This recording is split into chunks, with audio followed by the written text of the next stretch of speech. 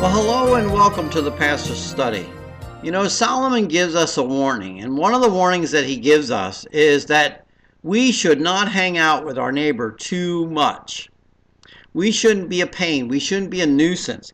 He tells us this in verse 17 of chapter 25. He says, "Let your foot rarely be at your neighbor's house, or he'll become weary of you. He'll get tired of seeing your face."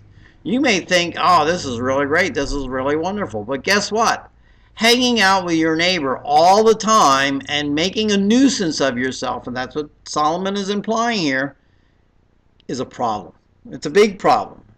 He said it's like a club and a sword. He said, it's just really a big problem. He says, the guy who bears false witness against his neighbor, really gets to be annoying. It's a challenge. It's a nuisance. He continues that whole idea. He talks about, having a bad tooth or a sprained foot, an unsteady foot, he calls it. He says it's the same as having confidence in somebody who's faithless. You don't want to trust somebody to do something when they don't follow through. They don't follow through and do what's been promised. It's just really a hard thing to do. He says, same way, he says, like the person who takes off a garment in a cold day, or like vinegar on soda, is the same as an individual who sings songs to a troubled heart.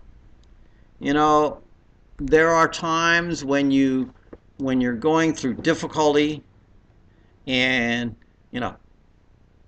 maybe heartache, death of a loved one, just a real struggle, tragedy in your life.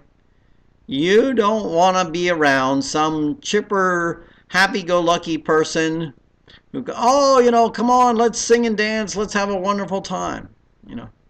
He says, no, these things they don't lift you up.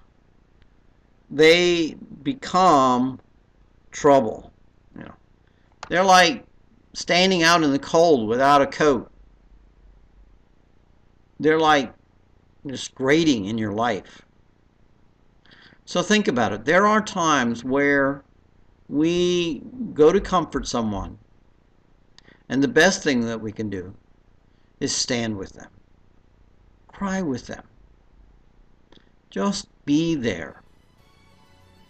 Don't try to persuade them not to be sad. Not in the initial moment. Just let them know you care. Till next time in the Pastor's Study, goodbye and may God bless.